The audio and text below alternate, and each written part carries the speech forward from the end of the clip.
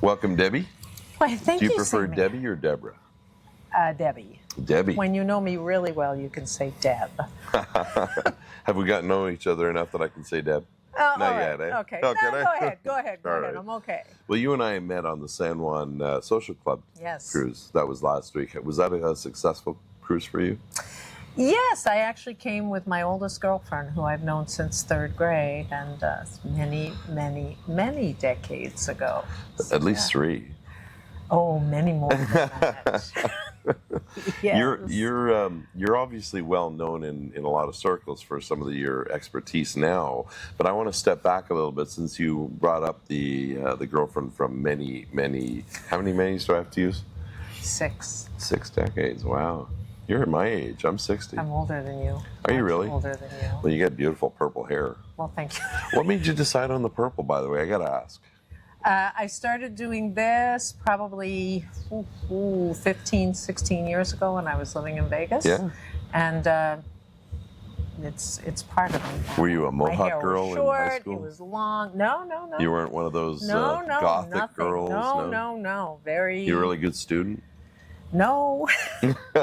I was fat and unhappy. Really? Mm-hmm. Okay, so during high school, this is a good point to start, because this will lead us to why you're doing what you're doing now. Okay. When did you first start gaining a lot of weight?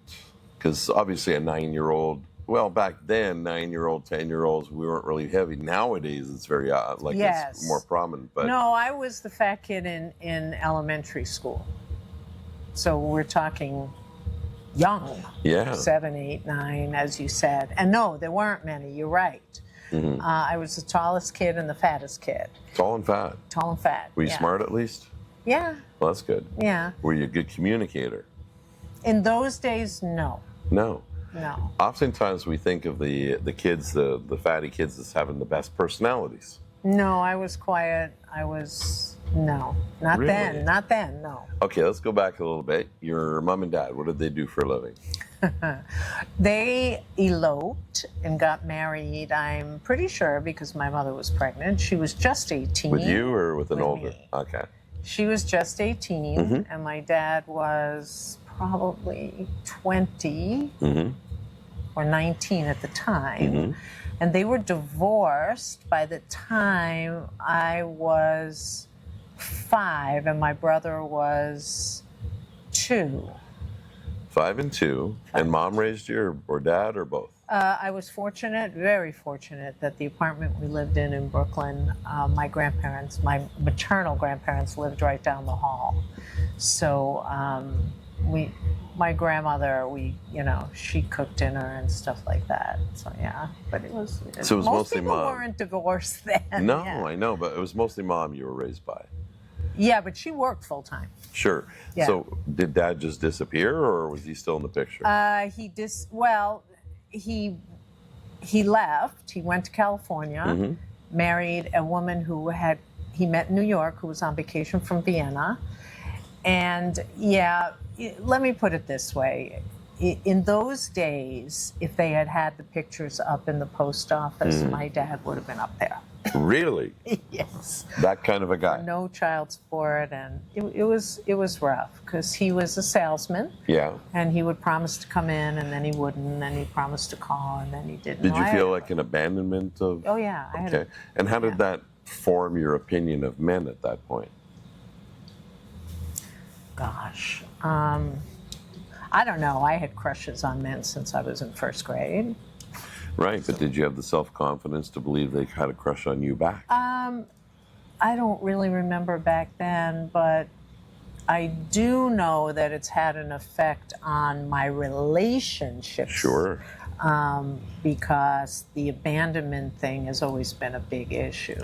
So you weren't fat at the time Dad left, but you suddenly started to gain weight. No, I was then. You were 5. Yeah, I was fat then too. A 5-year-old. I mean, describe a fat 5-year-old. You're talking a little bit chubby. Overweight, and I would sneak food. So yeah. Was it prior to? Well, okay. So there was obviously a period of rift before, with mom and dad. Were you stressed? Do you remember? I don't remember. To be honest with you, Sammy, I don't have many memories before the age of 12 or 13. My brother, on the other hand, remembers everything. You've repressed everything. You understand. Yes, because I they're understand that there are things that are better left there. Yeah, but something caused you, either that or was it, you said grandma fed you a lot, right?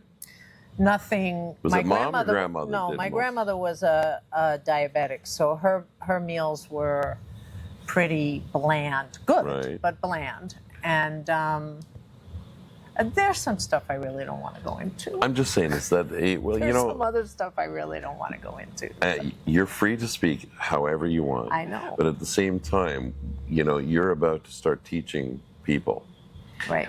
Specifically women, a little bit younger than you, but into your age as well, about diet, which is, to heal their bodies from obesity, which obviously the core of the obesity is the thing that has to be addressed before a person can actually look at healing the obesity. Well, because if you don't remove the cause of it. Right. So let me say this. I dieted all my life. Yeah. But it wasn't until post-menopause that I really came to understand that something was happening. Sure. And in younger years, and I've worked with hundreds of women, men and women, but let's talk about women right now. In younger years, we do many things we try for weight loss. Sure. The balancing, whatever it is, right? I listed 45 of them in my book that I personally could remember trying. And in your 20s and 30s, a lot of what you're doing, while it may not be, the healthiest thing, it works. Yeah.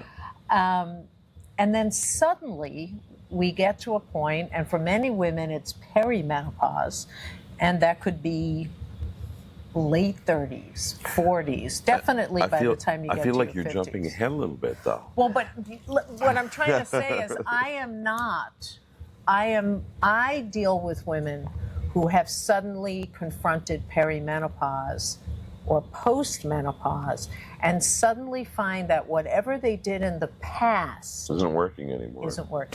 Okay, so their metabolism changes, their hormones change, of course. Right.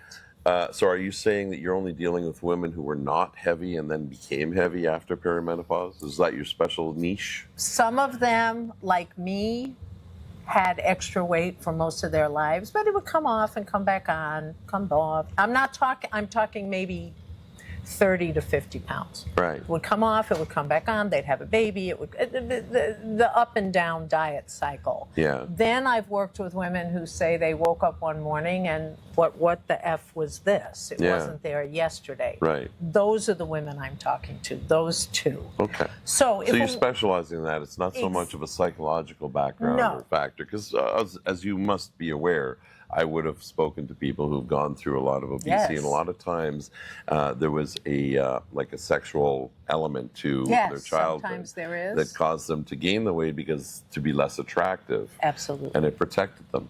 And that was sort of where I was wondering if that had... And you're right. And even when I deal with the women later on, you're absolutely right. We have to look at patterns that developed maybe in childhood. Yeah. And patterns around food. And as I say, we deal with your relationship with food. Somebody else is forming that for you at the age of 5 to 10. What did you hear when you were a child? Yeah, finish your plate to starving children. And I hear eat more because I love you. Right. And if you don't eat it, then you don't love me.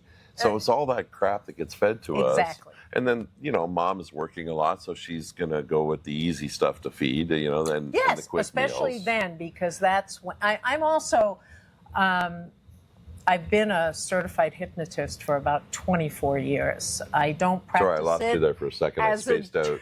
I don't practice it as a practice per se anymore, but I use it when I work in my field. Do you feel I'm invading your space? Because you keep stepping away. Is this better? No, it's just that. Is this better? Yeah, it's fantastic now. You have this great personality, and I notice that when I can engage you, that your spirit comes out, but then the intellect takes over and tries to. And then goes, wait a minute. Yeah. So, that's why I wanted to make sure. Plus, at the same time, I want to keep you in the frame of the truth camera. be told, I've done a ton of podcasts. None of them quite this close. There's usually Zoom between us these days. Well, you understand when you're sitting having a conversation with people, do you usually step back or do you usually sit like within the couple of foot range? Depends. Well, generally when we talk to each other, especially if you want to have an honest conversation, we don't want to yell. So we want to feel each other's energy. So to your point. Yeah. You control it. Why don't you do it? These are women who are really dealing with all of the perimenopause or postmenopause issues that they're really not getting answers to. That's their doctors aren't giving them answers. No. Endocrinologists, the cardiologist, the bariatric surgeon, the GP, none of them have an answer. They have different answers, and some of them just say, well, it's menopause. Oh, and so therefore too bad. So when a woman says, and I've heard it over and over again, my doctor isn't helping me. Our doctors right now are not really trained to help. Well, do you realize how stupid that sounds? It does. Like, but we've been on this planet for 200,000 years, and we've been developing our medicine for 200 years. Right. And you'd think we'd have learned something by now. Well, we've learned a great deal, but menopause has not been at the forefront of training. Why? Well, a lot of it may be simply for the fact that it does affect women. The other thing is that women have traditionally not been looked at in the same way once their fertility years are over. Right, so they're less useful is what you're saying? Another reason is women are living so much longer now after menopause. Who allowed that? I don't know, certainly not you, right? I didn't vote for it. So but generally men and women. Women are living longer than men. That's the standard, right, okay? But there's a lot of factors because we marry now. women. Yes. And you make an interesting point. A colleague of mine is releasing a book called Menopause Wingman. And she is really looking at this whole thing from the male perspective. Because he's got to sit there divorce and go. rates are going sky high. Oh, yeah, she's crazy today. I'm going to smile. Yeah, I'm going to just shut up. Or as my husband would say, we were bat crap crazy. I was bat crap crazy. How and does I menopause was. affect a woman? It depends on the woman. All right.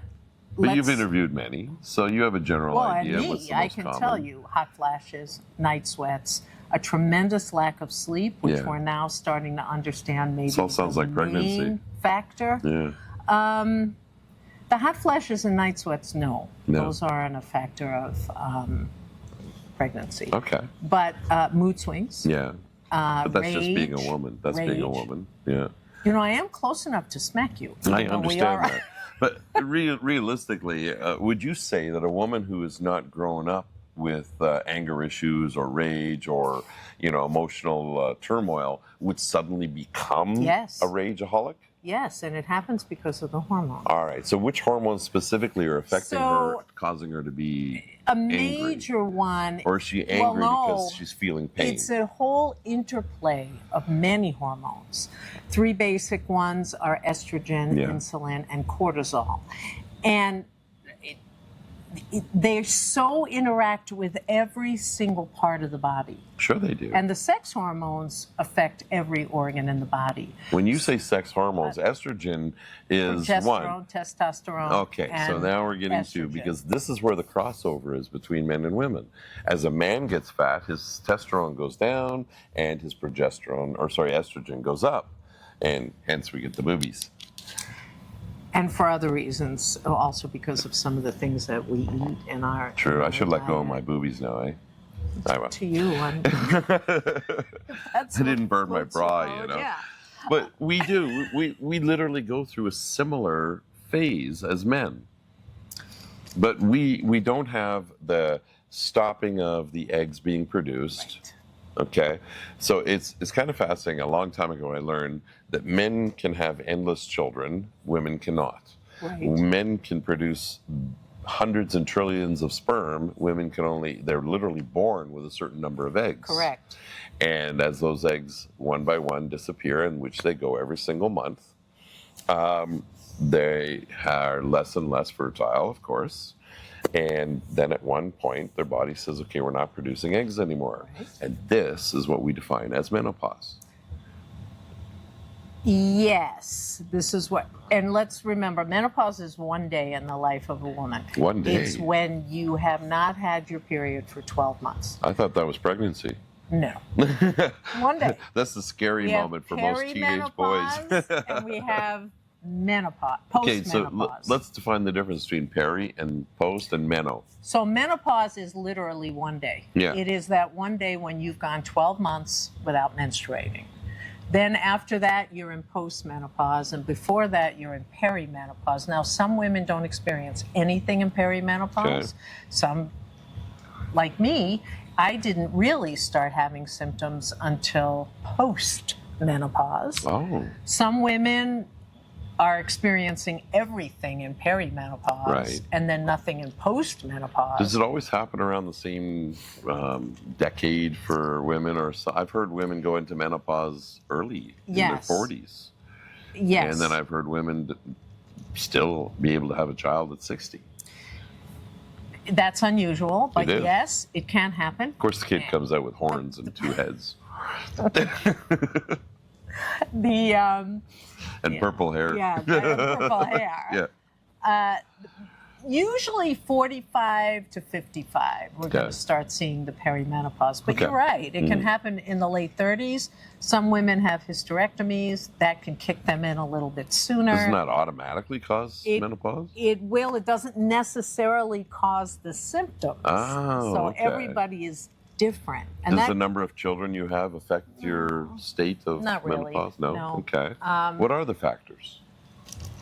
can be a little bit of hereditary. Mm-hmm.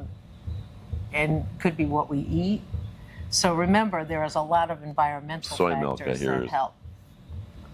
Soy milk is probably, if you had to put it on the scale, it would be on the help side, Really? not on the hurt side. Oh, okay. Yeah. What about all those cows that that have been pumped in with estrogen? Well, that's And that's hormones and all that's those. it, but that's not soy milk. No, I'm saying now No, well, milk that's in part general. of the problem. Yeah. Part of the problem is that so much in our diet has affected our hormone levels. But regardless of all that, when Yeah. a woman gets to perimenopause, Mm-hmm. she may experience one or more or all of this craziness. Now, they've so far identified 33 symptoms. Oh, let's hear them. I don't know them all. Do you know the top Peri- 5? You have hot flashes, Yeah. you have night sweats, you Yeah. have lack of sleep, Yeah. mood swings. Sounds like marriage. I want Rage. Let me see. Marriage. Let me go.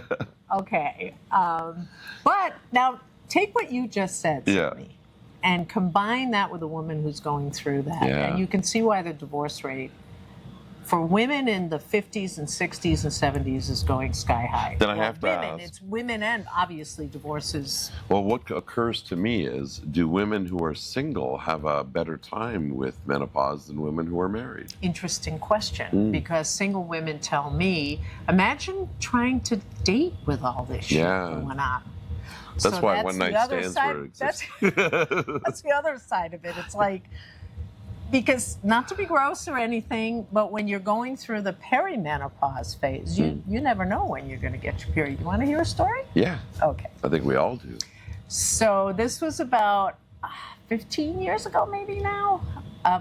My who was not my husband at the time, we went to New York, and we stayed in a lovely apartment hotel on the west side, about 3 blocks from Zabar's, for those of you who know Zabar's. And we went out to get coffee in the morning. And well, when I woke up in the morning, first of all, I was covered in red stuff, you know. Would that be the blood? That would be the blood. Ah, the menstrual I had not blood. expected my period You were because how I old? was, oh gosh, I would have been about 52, Okay. 53. Okay. So I was still kind of in that, you know. Right. So we left Yeah. to go get some paraphernalia for me. And we came back to the hotel room. And standing in the hotel room, and I'll never forget it, I have the image, are 2 fully clad people in hazmat suits. and another woman, and they're removing the bedding off the bed in full hazmat. Right. I've never been so mortified in my life. Were they looking for a dead body or something? They didn't want to touch anything. Oh my God, how much did you bleed? Well, but the thing is, I didn't know, and this is part of the issue. So you're going through all of this stuff. So you thought you had single, already... You talk about a one-night stand, and let's say he's still there in the morning, and you wake up and... You don't know the rules? No, I do know the rules. I was single in Manhattan 1,000 years ago. Sleepover. No sleepover. No breakfast. No. Bring a change of clothes if you don't want to do the walk of shame, you know? We went through all that. We're in our 60s, we know. It's confusing, it's irritating, it's frustrating. Sure. And the other side of all of that is that many women, most women, are still in the corporate world. Yeah. And the corporate world has not yet, for the most part, made appropriate accommodation for women who start to experience all this. So they're tired. What kind of accommodation? Well, a fan on the desk would be a big help. Right. Not having 2-hour meetings or 2-hour Zooms even, where someone can't get up and go to the bathroom, because that's the other thing. Yeah. You're peeing more. But it's not considered a disability, though. Neither is pregnancy. But you make some accommodation for a pregnant woman now. Well, you need a lobby group. Well, we need to just speak up. Well, because there are little things. But you got to be careful, because women fought so hard to be in that men's boardroom. That doesn't mean we have to be men in the men's boardroom. No, but they fought so hard to be treated as equal. They fought so hard to be at that level where, and now some women may feel that if they ask for special accommodation, it brings the women's movement back, whereas more rational people would say this is more like a disability because it's just part of our growth. Well, let's remove the word disability, because it's not. It's a natural occurrence for every woman. Okay? Yeah, but to get funding, you have to call it something. No. Let's look at something else now. Yeah. Let's look at the fact that because women are living longer, because once a woman goes through that period, no pun, and gets to postmenopause, the pun was there, she usually has tremendous clarity, much more peace of mind. Her kids are usually grown. They're usually out of the house. So they're more with it. Women at that stage are incredible assets to corporations. And yet, in between, they need a little something extra, like a fan. How big of a deal is it? But can't they just provide their own fan? Okay, well, 70% of our HR people are women. Yeah. And they are saying the same thing. Well, that's just it. How about a fan? How about, if you're going to have a 2-hour board meeting, I'm an executive. Let's take a break every 45 minutes just so I can go to the bathroom. Sure. It's these But couldn't things. they just excuse themselves? Yeah, but that puts them in that situation you just talked about. Understood. I mean, maybe the men have to go to the bathroom too, but they don't say anything. I know of a 2-hour meeting. I mean, my bladder is probably the same as yours. So it's understanding now that midlife women have these huge contributions to society, to corporations, to teaching, to children, to mentoring. I recently wrote an article on reciprocal mentoring.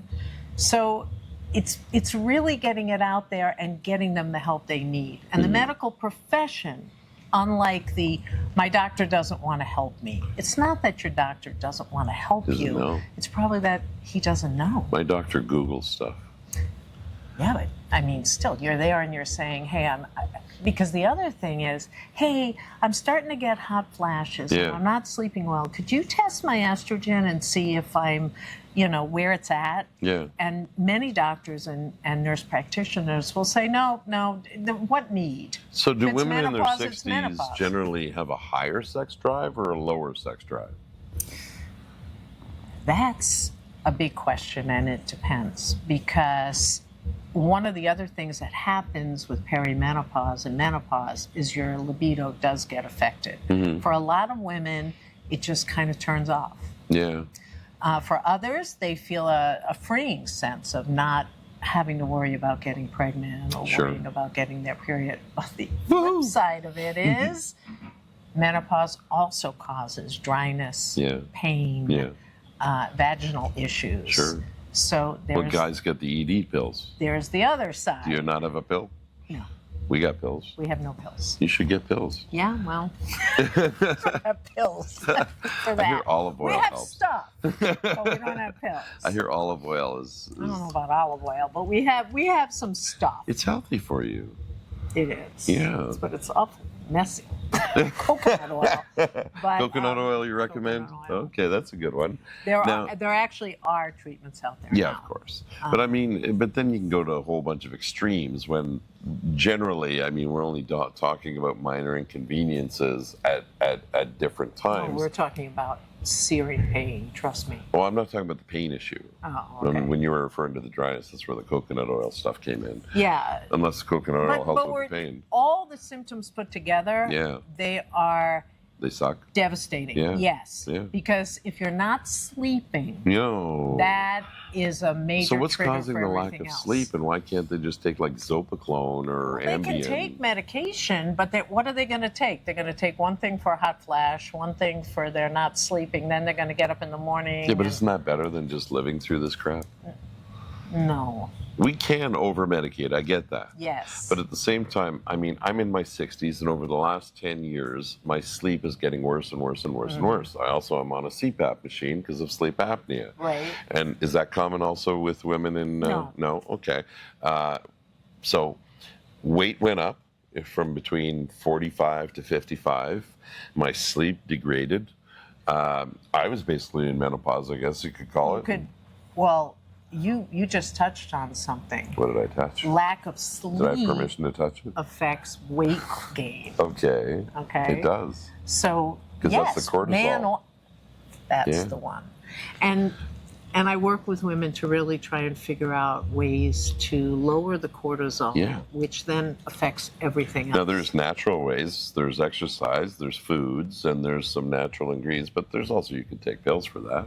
Yeah, there is medication you Sure. can take for. And the fatter you get, the more cortisol you have, which is a vicious cycle. And the thing with women at that stage of their lives, the cortisol is what is causing the fat here, just like with men. Yeah, the But- visceral, yeah. But women are going through Yeah. all of these things. So you're sitting in a meeting. I remember this. I was sitting at a prospect. I used to own a digital marketing firm. Yeah. And I was sitting at a prospect of a guy who owned a heating and air conditioning company in Las Vegas. And I was at his desk, and he was standing here, and I was showing him what we could do to help him. And the sweat is dripping down my face. Wow. The next second, Very I'm sexy. freezing Yeah. because I'm sitting under the air conditioning. Right. So now I'm literally shivering, Yeah. and I'm thinking, this is not a good look. No. No. This is really not a good look. No. So you suddenly became self-conscious, and therefore everything you were talking about. Yeah, it was, and then you feel, and then I used to leave the house and think, nobody better flip me off. The rage is now, that's where the rage It's comes like- from. Exactly. Yeah. Well, one minute you're happy, the next minute you're, it's You're like, crying? yeah.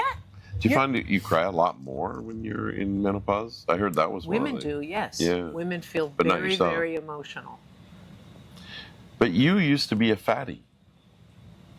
Yeah, and then I figured it out. I figured it out Did you have right surgery? after, right No. after menopause. So that was what, 10 years ago? That was 5 years ago.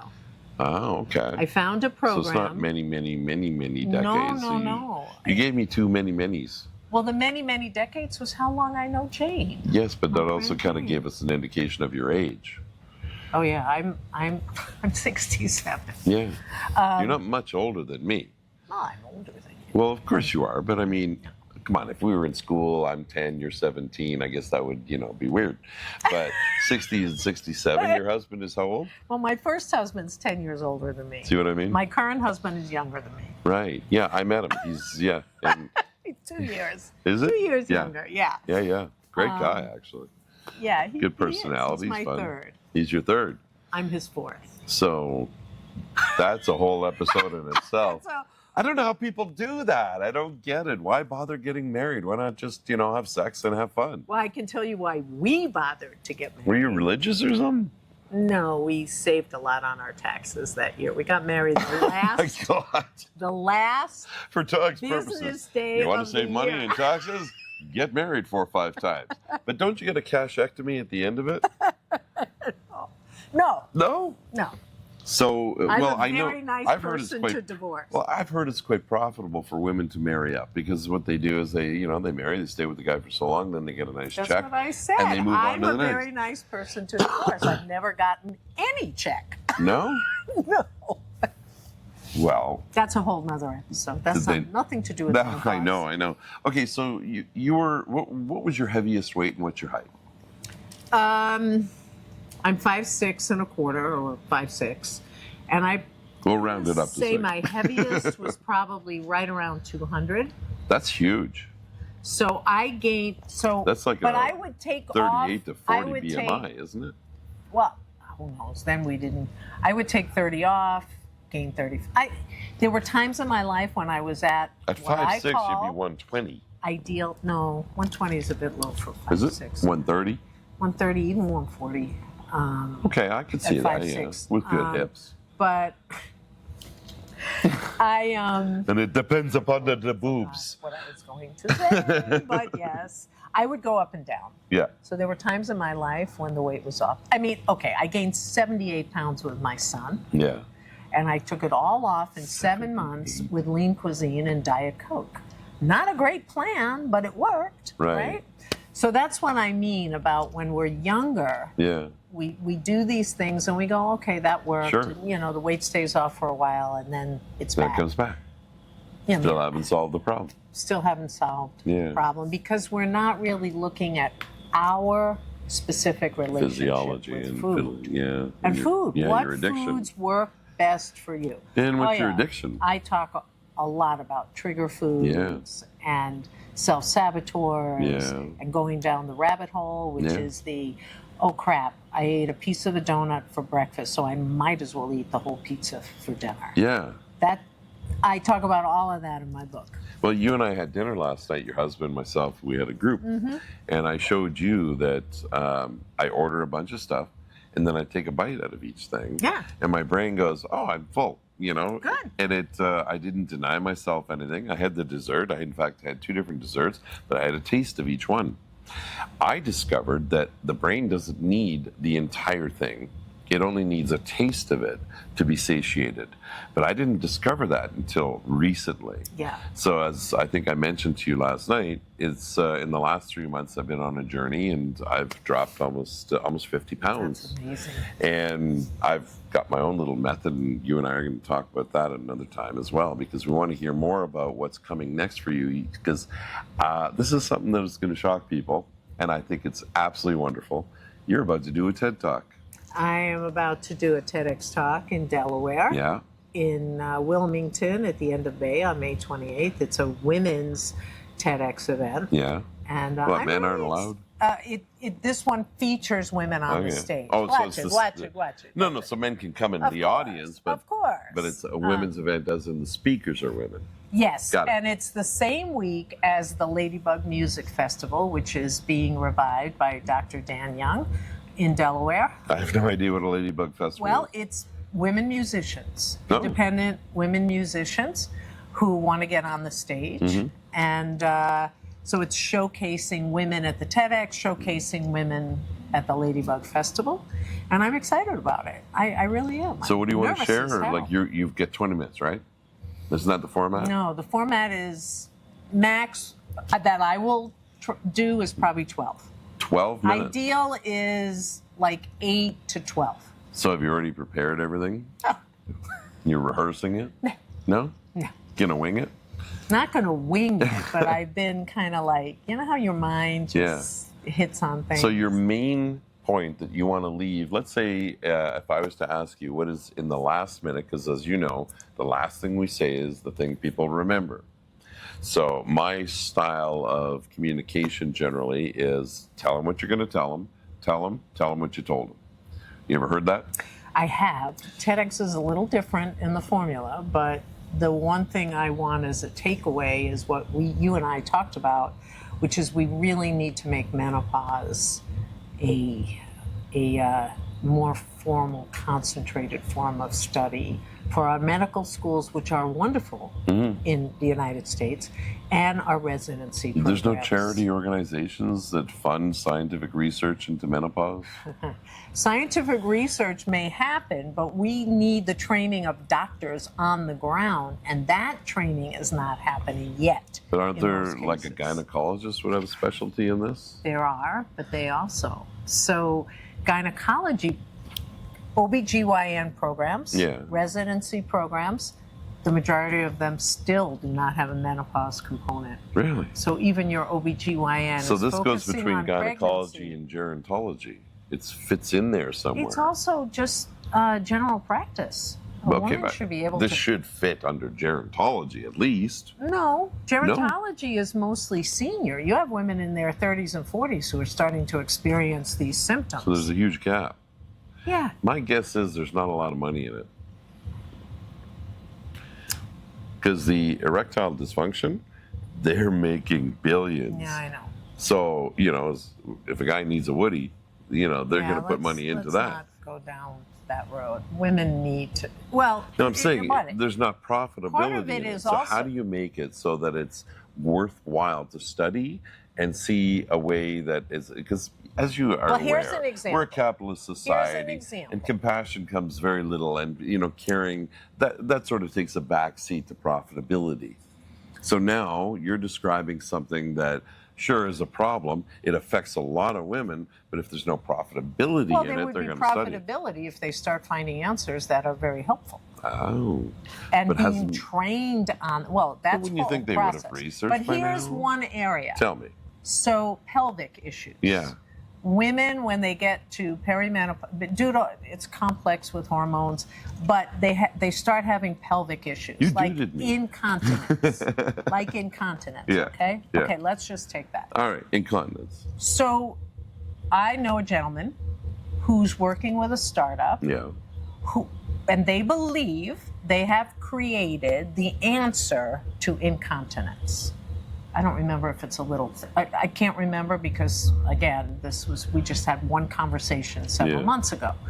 So pelvic floor, there are now pelvic floor specialists because there are now things that a woman can do to help with this.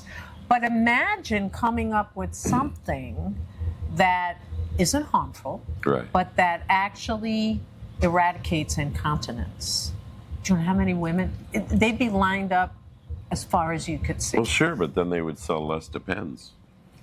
Yeah, but come on now. That's a big market. Yeah, but most women don't want to wear them, and they'll put them off as long as possible. I get it. You knew you could stop that. Yeah. As soon as it started, without wearing Depends, there's no end to the amount of money that would be made So for that. I'm not a jaded person, but I'm just realistic in the sense that I've recognized over the years, you follow the money. And if there's more money to be made selling diapers than there is to solve the actual cause of the problem, they won't solve the problem. Well, let's look at it this way. Between the ages of 45 and 95 right now on the planet, there's approximately 1 billion women who are fed up. So that's a large amount of pissed off women. Yes. Are they raging? Are they starting to rage? I would say, you need a general. I would say that there are many of us who are leading movements to say we need to have more of a voice. We need to get these. But you have women in Congress. Why don't you get them? Well, we are. I mean, it's a slow process. Aren't there women in the executives of all these drug companies? There still are not a tremendous number of women where they should be. Do you think a woman president would make a difference? It's funny, you just read my mind. I think, I'm not going to say what I think. We're not going to go into the politics. I'm not going to say what I think, but here's what I will say. Yeah. I spent a lot of time with a lot of women in a lot of organizations. Yeah. And the main thrust of them is the men have effed it up long enough. Yeah. It's our time to take over. Well, now, not all men. You girls Not had all 100,000 years, you know. Not all men. You girls had 100,000 years. But look what's happened since then. Well, because, you know, you didn't even give us the wheel. You know, we had to come up with that. Okay, name 5 things a woman has invented. Oh, God, don't put me on the spot. All I can think of right now is Marie Curie. I'm like, wait. They're great women. But look at that. Look at how many times women had to hide behind their talent or whatever their scientific ability. In fact, there's people who have gotten Nobel Prizes that it was the woman behind that actually, and I think Marie Curie was one of them. They are changing. Yeah, they are. I mean, I've always been fascinated by the whole conversation around men and women, and you know, and now the new age is all about all the different hundreds of intelligence. Well, no, the age of all these genders now. So I mean, well, that's another. I know. Look, I'm a 60-year-old guy, and here's what I think: you either have a pee-pee or you don't have a pee-pee. And so it's a boy or a girl. And if you want to identify however you want to identify, I can respect that. You do you. But to force the entire country and the government and everybody else to acknowledge and accept whatever fantasy you created. Here's where I stand on that. We now know scientifically and medically that some people actually are a different sex than what they physically portray. That's different. That's different. Not what we're talking about, and you know that. Right. Yeah. My concern with all of this is you have young children being influenced 10, 11, on social media. Well, and they want to stand out, and they want their 15 minutes. But they also are getting very confused. Sure they are. Everybody is at 13. Right. That's my concern. My concern is if your 12-year-old daughter says that she's really a boy and she really wants to be a boy, fine. Let's have the conversation at 18. Oh, but you know what they say? And then let's have the conversation at 25. Well, that's the issue. That's what happened in Canada. That's the issue. They actually, for over a decade, they were allowing these surgeries. Yes. And now it's no longer allowed. I don't know if you know that Canada changed all that policy. Well, good. Because finally they realized, well, many of them. How can a 13-year-old know what they want? They don't even know what they want to dress up at for Halloween, you know? No, and they don't know what they want for dinner. Or when they go to a 13-year-old girl that's going to a dance, she'll change her mind 5 times as what she's going to wear. Right. So that's where. Yeah. But I think that is, coming full circle. I think we're seeing some of that change. So since you mentioned the transgender, they are also a woman who's transgender will go through menopause unless she has sexual reassignment, which most of them, as you know, don't. 99% don't. Sexual reassignment is very rare. It's very, very rare. And there's only a few places in the world that actually allow it. But that woman who's been living her life as a man will one day be going through menopause. I actually have a good friend. Yes, because she's been taking and doing, and well, then that's part of being a woman, isn't it? But also, I wonder how the testosterone treatment that she's been taking to be a man will affect her. Well, you're talking about a woman who becomes a man or a man who becomes okay. Well, then a man cannot go through menopause. That's what I'm saying. But a woman who lives her life as a man, takes testosterone to live like a man, to be as male as possible, without, of course, having the sexual reassignment, will still have estrogen being produced in her body, and she will eventually go through menopause. Unless she continues to take some sort of estrogen supplement, which can be dangerous in itself, but might counteract some of that. Because and remember, not all women go through symptoms. No. But they all go through menopause. Some just... I've had women say to me, I don't know, maybe there's something wrong with me, and my period just stopped. Yeah. And culturally, it's different, too. I've heard in some cultures, there's almost I heard that in some cultures, it's almost a celebration when a woman goes into menopause. That's what we're trying to do. Yeah. That's what we're trying to do. That's what the movements are saying. Well, because it's beautiful. I mean, this is a beginning and an end of the ability to create life. Yes. Literally. So A woman, and by the way, that's why women had all the power in the matriarchal society thousands of years ago. And have you ever, there's a book, so I should get a sign for that because we have one on that side. There was There's a book called The Goddess versus the Alphabet. Have you ever read that? No, I will. You must. Okay. It was a defining book. Leonard Shlain, I think, was the one, the writer. And basic premise is that women had all the power. And so men didn't like it because, women had the ability over life, over death. Men didn't understand, you know. Right. So they came up with a secret code, the alphabet, and they didn't teach it to women. And that's how they were able to get all the power away from women. Language. Yes, they educated the men, and the women now were in the dark. Right. It was a really bizarre and profound book. I'm going to read it. And then, of course, Clarissa Pinkola Estes, you must be familiar with her work, Women Who Run with the Wolves. Yeah. Stuff like that. There's, it's so fascinating, the area that you've chosen to stay focused on. But what's your education? You never told me that. I went to Erasmus Hall High School, a very famous high school in Brooklyn, New York. Oh, yeah. High school founded by Alexander Hamilton. And went to Brooklyn College for a little while, and then finished my degree. Moved to Connecticut. I've kind of bounced around. Moved to Connecticut in my early 20s. Went to a school in Manchester for a while. Sure. Finished my bachelor's at 43 from UConn. Go women and men. Yeah. Yes, from UConn. Yeah.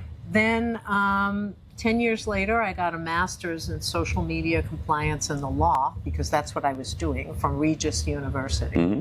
I've been certified up the wazoo. I was a Series 7, a Series 24. I was a financial planner at one point. I've had a CLU. I've been in the insurance business. I've been a bartender in Manhattan. My ex and I had a gourmet retail and catering you've been an business. entrepreneur. I've done a million things. So Well, I kept walking out of the corporate world, swearing I'd never go. Right. I'd go back, and now it's been about 20 years. So you're in a position of wealth where you can actually dedicate your time to doing something that you don't have to earn money on. Well, I still have to earn money on it, and I want to earn lots of money on it so I can start making some significant changes in the world where all of this is concerned. You've written how many books? I've written one book. And what's it called? It's called Dieting Sucks for Women Over 40. Did you bring a copy with you? No, I did not bring a copy with me. No, if you had a copy. I didn't know I was going to see you. But it's Dieting Sucks for Women Over 40, the ultimate weight loss and hormone balancing solution. It's on Amazon, I assume. It most certainly is, or anywhere Dieting you buy books Sucks online. for Women Over 40. Debbie Harris. So you could have written one, Dieting Sucks for Women Over 50. You could have written over 30. I could have written Dieting Sucks for Men Over 40. Chicken Soup for the Soul. He's got like 20 of them. Yes. But it has a program in it. It has all the other great information in it. Yeah. And now I've written a booklet called The Wrong Map, Ending the War. The Wrong Man? Map. Oh, map. Yeah. Ending the war with your body. And for that, follow me on Instagram, everybody. We're going to make sure that we get the proper information, and as soon as I figure out how to do that scroll thing. Okay. I only started podcasting 3 weeks ago. I know. And I think I'm doing all right. I'm getting some great guests, and I hope I'm asking good questions. You're doing great. Good. Well, I really appreciate your time today. Oh, this was awesome. Thank you so much. Thank Were you a little nervous, wondering, is this guy any good? Is he is going to be able, or you figured out last night in our conversation? Yeah, he's probably conversational. Okay. Good. Yeah. I appreciate that.